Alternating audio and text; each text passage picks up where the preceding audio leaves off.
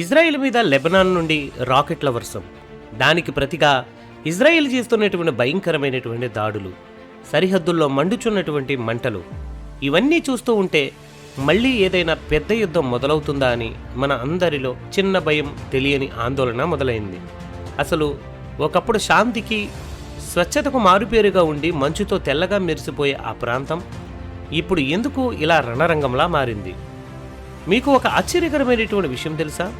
ఈరోజు ఎక్కడైతే బాంబుల మోత వినిపిస్తుందో, దేవుడు అదే ప్రాంతాన్ని తన వాగ్దాన భూమిలో ఒక భాగంగా బైబిల్లో ఎప్పుడో ప్రకటించారు.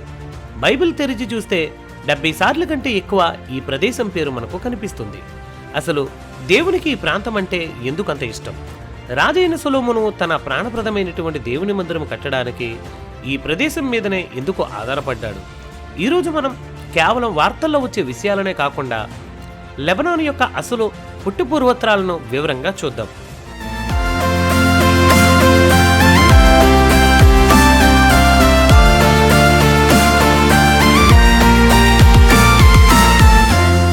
నా పేరు డానియల్, మీరు చూస్తున్నారు Bible unknown facts Telugu YouTube channel. బైబిల్ను చదివే ఎవరికైనా లెబనాన్ పేరు బాగా సుపరిచితం. పాత నిబంధనలో దీని ప్రస్తావన సుమారు 70 సార్లు కనిపిస్తుంది. అయితే ఇక్కడ ఒక ఆశ్చర్యకరమైనటువంటి విషయం ఏమిటంటే, బైబిల్లో లెబనాన్ను ఒక రాజ్యంగా లేదా ఒక దేశంగా ఎక్కడా పేర్కొనలేదు. దానికి బదులుగా అక్కడ ఉన్న అడవులు, పర్వతాలు మరియు ప్రకృతి సంపద గురించి మాత్రమే వర్ణించబడింది. అసలు లెబనాన్ అనేటువంటి పదానికి అర్థమేంటో తెలుసా? హిబ్రూ భాషలో దానికి తెలుపు అని అర్థం. ఇర్మియా గ్రంథం 18వ అధ్యాయం 14వ వచనంలో ఒక మాట ఉంటుంది, లెబానోను పర్వతాల మీద మంచు ఎప్పుడైనా కరిగిపోతుందా అని. అవును, ఆ పర్వత శ్రేణులు ఎప్పుడు తెల్లని మంచుతో కప్పబడి ఉండడం వలన దానికి ఆ పేరు వచ్చింది. అంటే దేవుడు పరిశుద్ధతకు, స్వచ్ఛతకు చిహ్నంగా ఈ ప్రాంతాన్ని చూపిస్తున్నారన్నమాట. మీరు ఎప్పుడైనా ఒక తెల్లని కాగితాన్ని చూసినప్పుడు ఎంత ప్రశాంతంగా అనిపిస్తుందో, లెబనాను పర్వతాలను చూసినప్పుడు కూడా ఇశ్రాయేలులకు అలాగే అనిపించేది. మనలో చాలా మందికి ఒక సందేహం ఉంటుంది, ఇజ్రాయేల్ దేశం అంటే కేవలం ఈరోజు మన మ్యాప్లో చూసే చిన్న ప్రాంతమేనా అని. కాదు, దేవుడు మోషేకు, యెహోషువకు వాగ్దానం చేసిన భూమి సరిహద్దులు చాలా పెద్దవి. ద్వితీయోపదేశకాండం 1వ అధ్యాయం 7 మరియు 3వ అధ్యాయం 25లో మోషే ఆ పర్వత ప్రాంతాన్ని చూడాలని ఎంతగానో తప్పించిపోయాడు. దేవుడు యెహోషువతో మాట్లాడుతూ, నీవు అడుగుపెట్టే ప్రతి స్థలమును నేను నీకు ఇస్తాను. అరణ్యం నుండి లెబానోను వరకు, యూఫ్రటీస్ నది నుండి పడమటి సముద్రం వరకు మీ సరిహద్దు అవుతుందని చెప్పారు. ఈ మాట మనకు ద్వితీయోపదేశకాండం 11వ అధ్యాయం 24లో కనబడుతుంది. అంటే లెబనాన్ అనేది దేవుడు తన ప్రజల కోసం కేటాయించిన ఆశీర్వాదకరమైనటువంటి భూమిలో ఒక భాగం. యెహోషువ నాయకత్వంలో జరిగిన యుద్ధాల్లో లెబానోన్ లోయలను కూడా ఇజ్రాయేలీయులు స్వాధీనం చేసుకున్నారు. ఇది యెహోషువ గ్రంథం 12:7లో చూడొచ్చు. దీనిని బట్టి మనకు ఏమర్థమవుతుందంటే, దేవుడు మనకిచ్చే ఆశీర్వాదాలు మనం ఊహించిన దానికంటే చాలా విశాలమైనవి. ఇప్పుడు మనం అసలైనటువంటి విషయానికి వద్దాం. లెబానోన్ అనగానే అందరికీ గుర్తొచ్చేది అక్కడ దేవదారు వృక్షాలు. ఈరోజు లెబనాన్ దేశపు జెండా మీద కూడా ఈ చెట్టు బొమ్మ ఉంటుంది. ఎందుకు ఈ చెట్లకు అంత ప్రాముఖ్యత? ఆ కాలంలో అవి కేవలం చెట్లు మాత్రమే కాదు, అవి బలానికి, ఐశ్వర్యానికి గుర్తు. ఈ దేవదారు కలప చాలా గట్టిగా ఉంటుంది, త్వరగా చెదలు పట్టదు, పైగా ఒక అద్భుతమైన సువాసనను కలిగి ఉంటుంది. అందుకే రాజైన సొలొమోను దేవుని మందిరాన్ని నిర్మించడానికి ఈ కలపనే ఎంచుకున్నాడు. రాజుల మొదటి గ్రంథం 5వ అధ్యాయం ప్రకారం సొలొమోను దాదాపు 30,000 మంది ఇజ్రాయేలును పనివారిగా నియమించి వారిని లెబానోనుకు పంపించారు. తూరు రాజైనటువంటి హీరాము సహాయముతో ఆ భారీ వృక్షాలను నరికి సముద్రం మీద తెప్పలుగా కట్టి ఇశ్రాయేలునకు పంపించేవారు.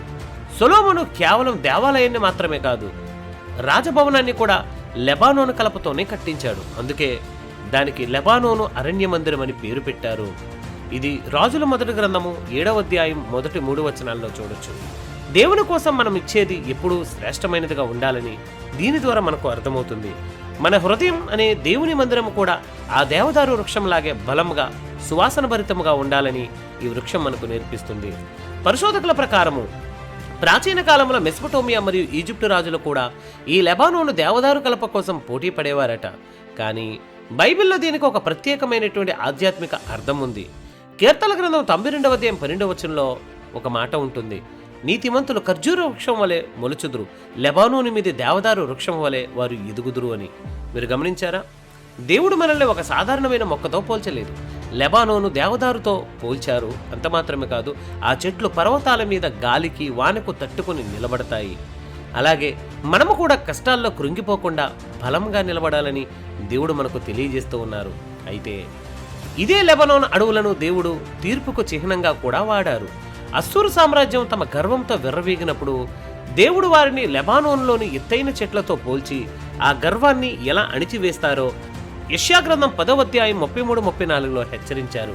మహోన్నతమైనటువంటి వృక్షాలు నరికివేయబడతాయి, లెబానోను పడిపోతుంది అని చెప్పారు. అంటే మనం దేవుని ఆశీర్వాదంతో ఎదుగుతున్నప్పుడు గర్వపడకూడదు, లేదంటే ఆ పతనము కూడా అంతే భయంకరంగా ఉంటుంది.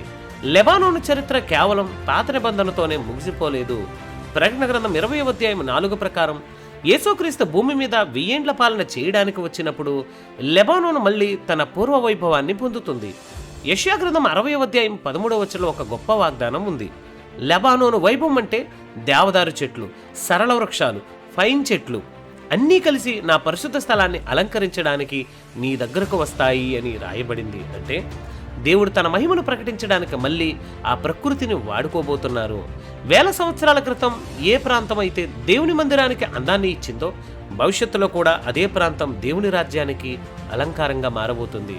లెబానోన్ యొక్క వైభవం గురించి, ఆ పవిత్రమైన దేవదారు వృక్షాల గురించి, బైబిల్లో దానికి ఉన్న ప్రాముఖ్యత గురించి ఎంతో అద్భుతంగా మాట్లాడుకున్నాం కదా.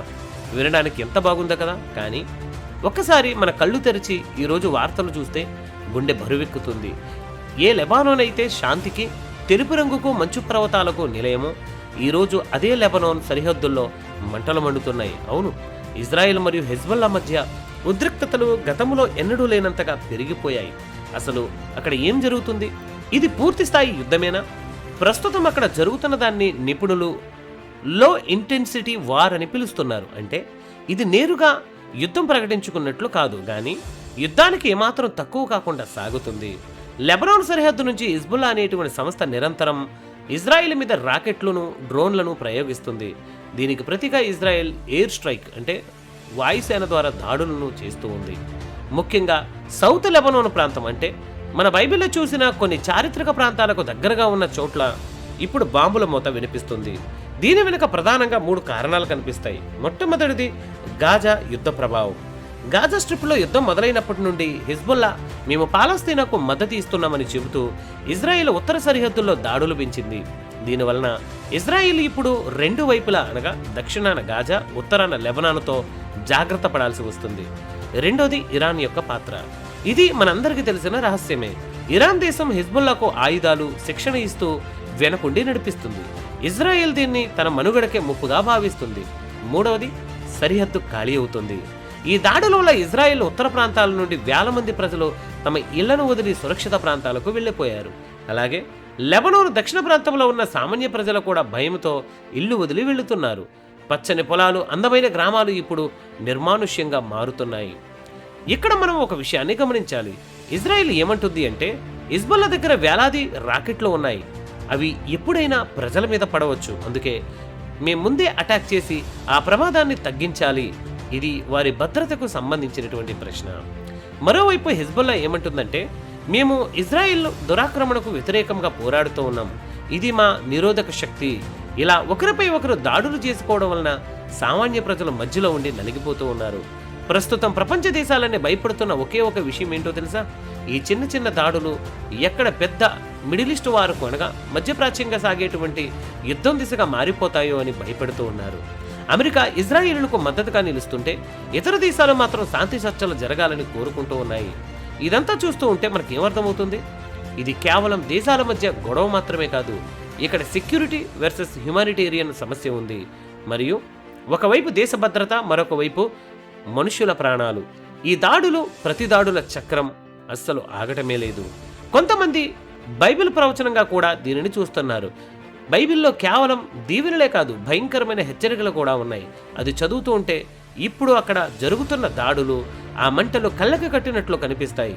జకర్యా గ్రంథం 11వ అధ్యాయం 1వ వచనంలో దేవుడు ఒక మాట అంటారు, లెబానోను నీ తలుపులు తీ, అగ్ని నీ దేవదారు వృక్షాలను కాల్చివేస్తుంది అని.